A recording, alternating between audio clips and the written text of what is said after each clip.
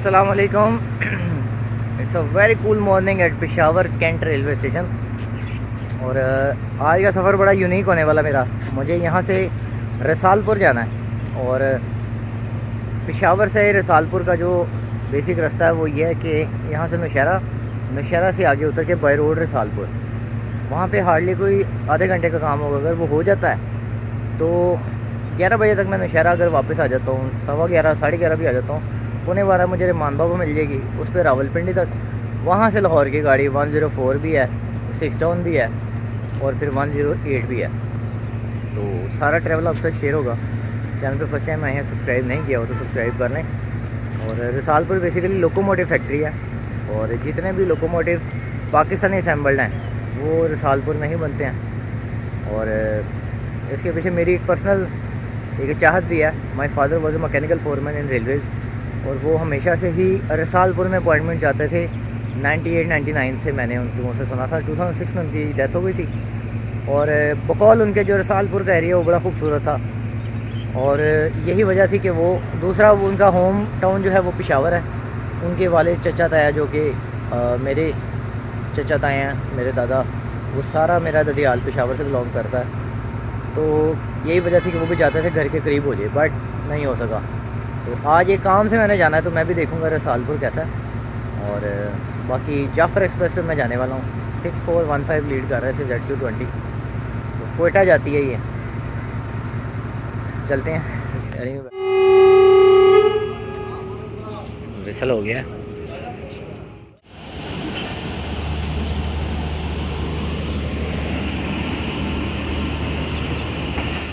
Jafar express में AC sleeper भी लगा होता है जो कि सबसे कंफर्टेबल कैबिन होता है। इसके अंदर ही अटैच टॉयलेट भी होता है, वो साइड पे कॉर्नर पे। आगे बिजनेस भी है और स्टैंडर्ड भी है। स्टैंडर्ड में बैठते हैं, 50 मिनट का रास्ता है, 50 मिनट में हमने पहुंच जाना आराम से।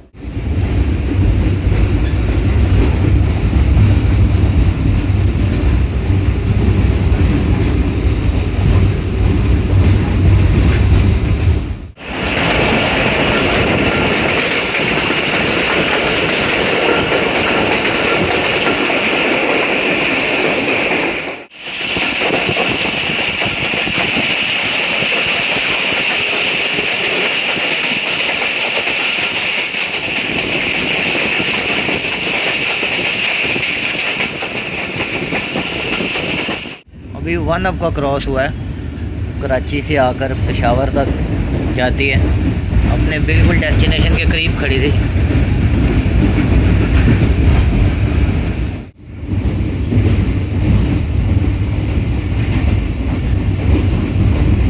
शदीद सर्दी है बाहर, इतनी सर्दी है कि मैंने कुछ सेकंड के लिए मुंह ऐसे बाहर निकाला है तो ये सारी जगह सुन्न हो गई। इतनी ठंडी हवा है पेशावर की, और पेशावर की सर्दी जो है ना वो फील नहीं होती, लग जाती है। इधर एहतियात बहुत ज़रूरी होती है।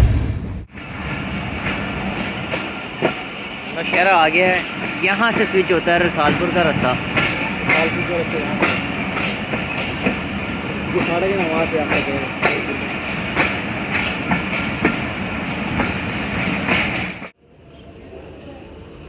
तो बाहर से नौशहरा कुछ ऐसा लगता है। मैं सैकड़ों दफ़ा यहाँ आया हूँ लेकिन उतरा यहाँ पे फर्स्ट टाइम हूँ। चलो जी, बड़ा एक मुख्तसर सा हारन हुआ है और जाफ़र इस पर जा रही है। जाफरी साहब अपने मिशन पे जा रहे हैं। स्टेशन से वो सीधा रास्ता आ रहा है, ये रोड क्रॉस करके अगले चौक में से कहते हैं मर्दान की बस भी मिलती है और रिक्शे भी जाते हैं। जो मर्दान की बस है ना, बस में तो मुझे ज़रा वॉमिटिंग वाला इशू होता है। वैसे मैंने खाया भी अंडा पराठा, चाय, ज़्यादा काम ख़राब होगा। अगर रिक्शा मिला तो आई प्रेफर इट।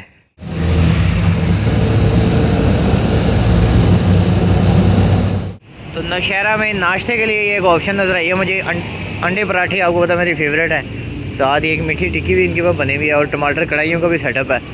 सामने बाज़ार है, इधर से रसालपुर के रिक्शे जाएंगे। तो अलबत्ता ये पराठे वाला बड़ा डिफरेंट है, जैसे अंडा फ्राई करते हैं ना, पूड़ी जिस तरह फ्राई करते हैं।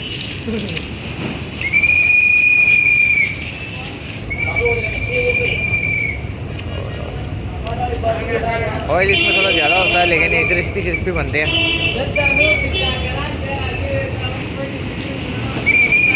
बस तो मैं कह कह रहा है एक और टिकटॉकर आया, उन्होंने पता से यूट्यूबर आ, साथ ही ये टमाटर वगैरह हैं। इसमें कढ़ाई बन जाती है जो ट्रेडिशनल वाली, और ये चाय का सेटअप। अस्सलाम वालेकुम। ज़बरदस्त ही चाय तैयार होगी। पेशावर में ये ट्रेडिशनल चीज़ें इधर ही नज़र आती हैं।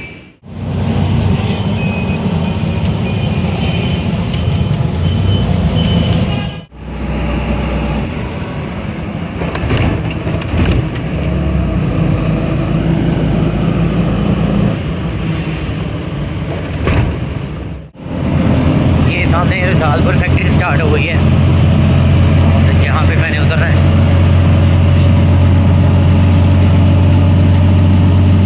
यहाँ पे मेन रोड के ऊपर ही रास्ता है।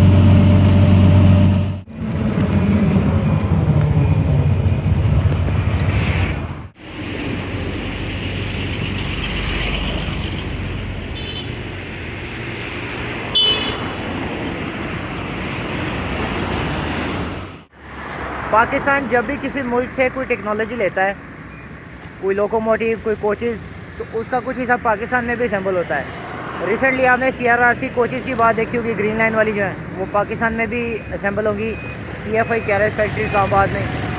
इसी तरह 1992 में पाकिस्तान ने जापान हिटाची से लोकोमोटिव लिए थे जो आज भी कामयाबी से चल रहे हैं, HBU20 और PHA20। दोनों में फ़र्क ये था कि HBU20 असेंबल्ड आए थे जापान से और PHA20 पाकिस्तान में असेंबल हुए थे। PHA20 जिस फैक्ट्री में असेंबल हुए थे, मैं उसके बाहर खड़ा हूँ, पाकिस्तान लोकोमोटिव फैक्ट्री रसालपुर, और उसके बाद भी इस फैक्ट्री में बहुत सी चीज़ें असेंबल हुई, बनी, उनकी भी बात।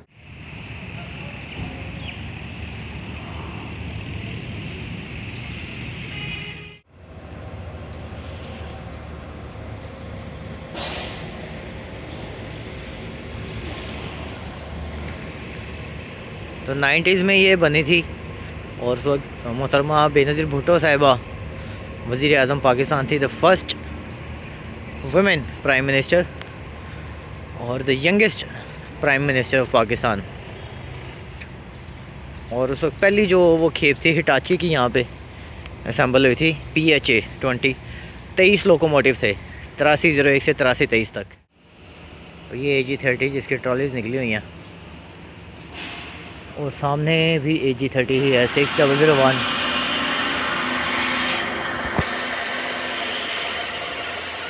और फिर 6005 अपने मेंटेनेंस प्रोग्राम पे आए हुए हैं।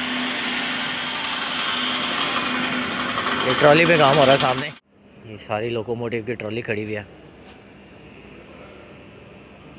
ह्यूज साइज़ का ट्रॉली है, दूर से तो आप ट्रेनें देखते हैं छोटी छोटी लगती हैं।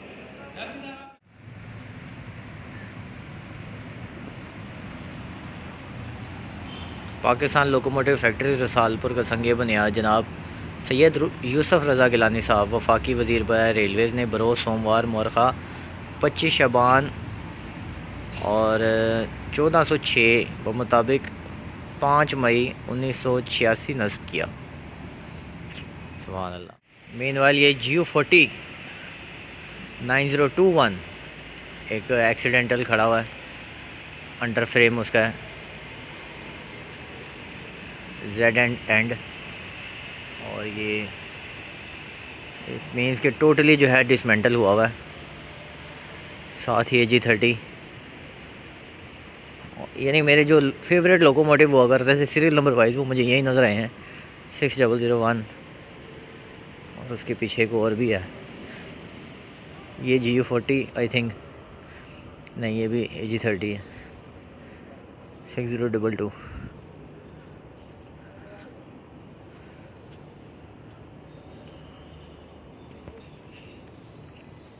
बेसिकली यहीं पे PHA HBU सबसे पहले बने, उसके बाद फिर जो आपके RG20 हैं वो यहीं से, R जो वर्ड है रिहेबिलिटेटेड, वो यहीं से लगा था।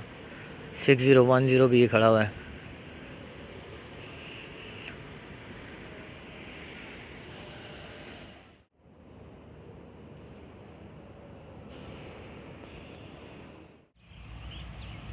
तो ये वो सोसाइटी है जिसके बारे में मैं अपने वाले साहब से बचपन में सुना करता था कि यहाँ ट्रांसफ़र हो जाए तो बड़ी पुरसुकून लाइफ हो जाएगी।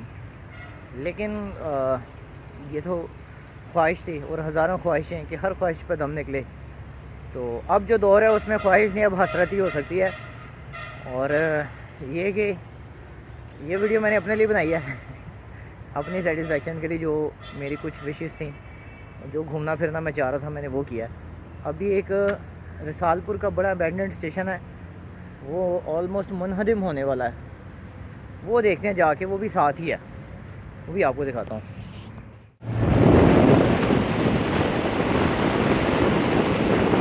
ये सारा रसालपुर का एरिया है। अभी एक छोटा सा अबैंडन्ड स्टेशन जो है रसालपुर का रेलवे स्टेशन, वहाँ पे चलते हैं और वो देखते हैं किन हालात में है। अलबत्ता ये जितना रोड है उसकी सराउंडिंग में दरख्त लगे हुए हैं, बड़ी पुरसुकून सी जगह है। और जितने लोग भी जितने मिले हैं बड़े अच्छे खुलूस वाले लोग ही मिले हैं।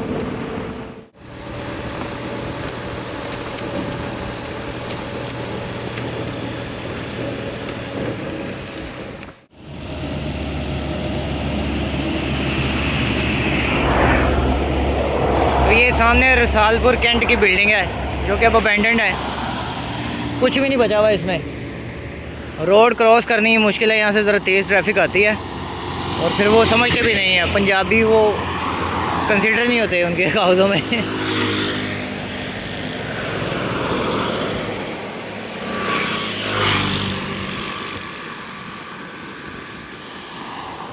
मेन रोड के ऊपर ये लोकेटेड है। 13 किलोमीटर है यहाँ से आपका मर्दान।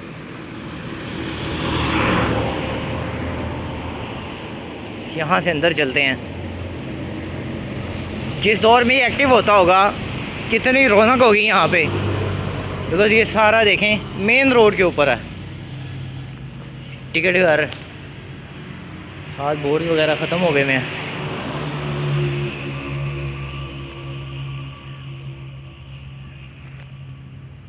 ये बिल्डिंग है।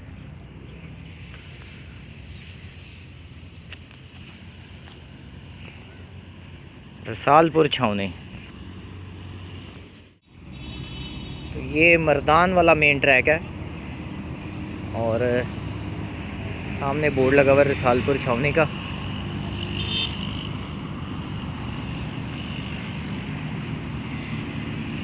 मेन रोड के बिल्कुल ऊपर है।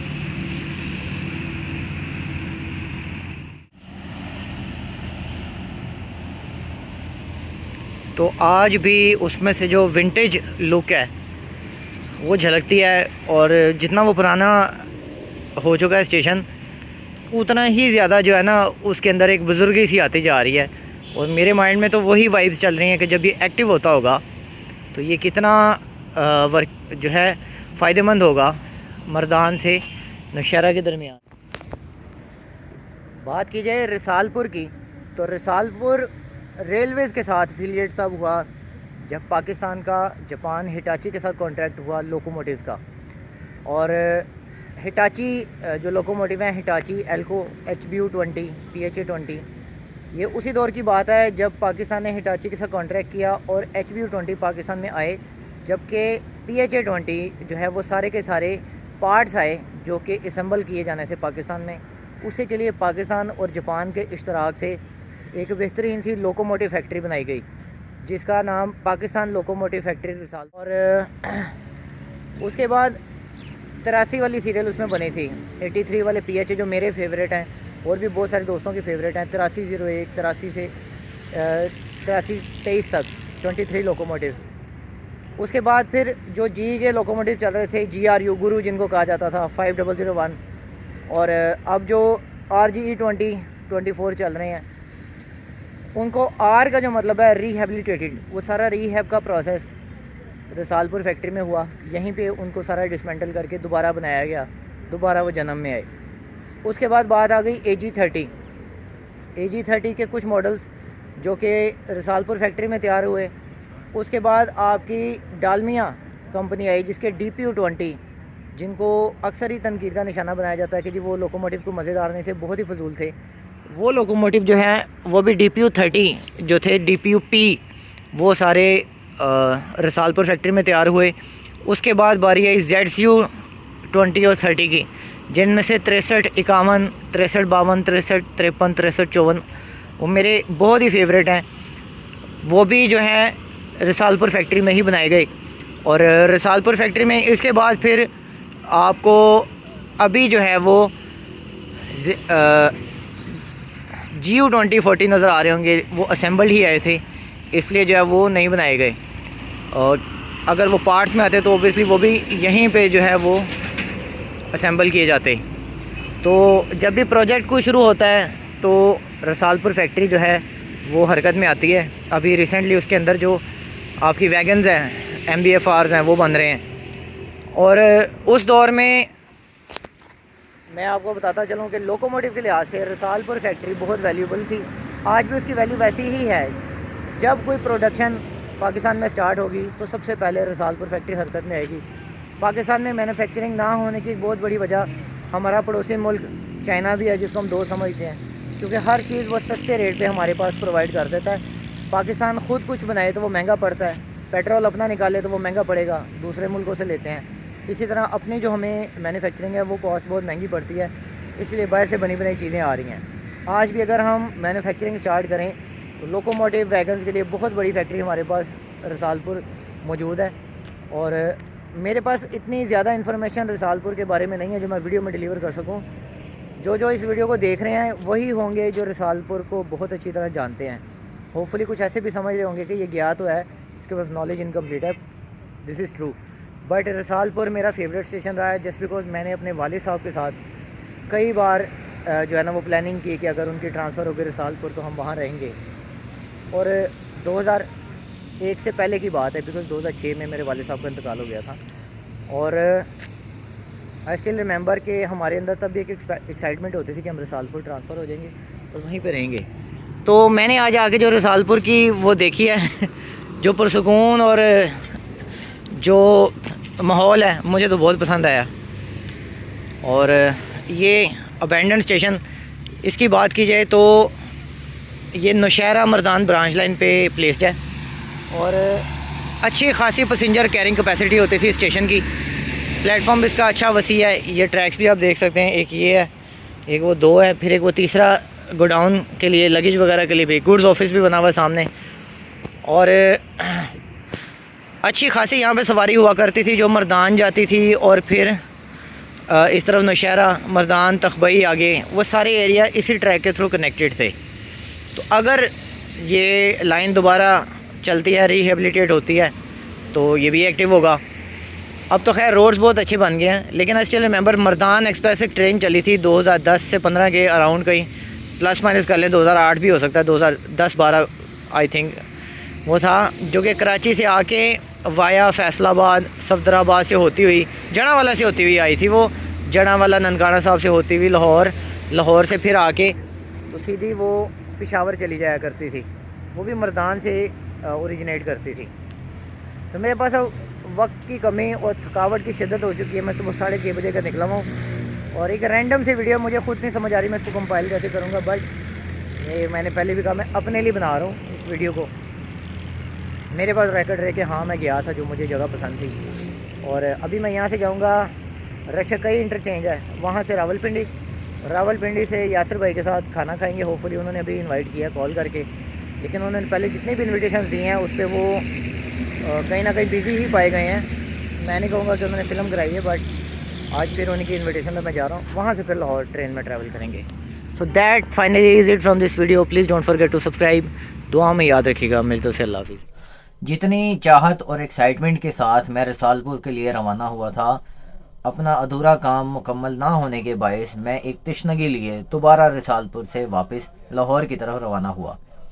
कई बार मैंने लोकोमोटिव्स का जिक्र किया, लेकिन ये बात ऐड करना भूल गया कि सादा सी निशानी, जिस भी लोकोमोटिव की पेशानी पर आपको लाल रंग की लकीर नज़र आएगी, जैसे PHA-20, ZSU-P30, तो आम सी बात है कि ये रसालपुर फैक्ट्री में असेंबल हुए हैं। लाल रंग की लाइन रसालपुर की निशानी है।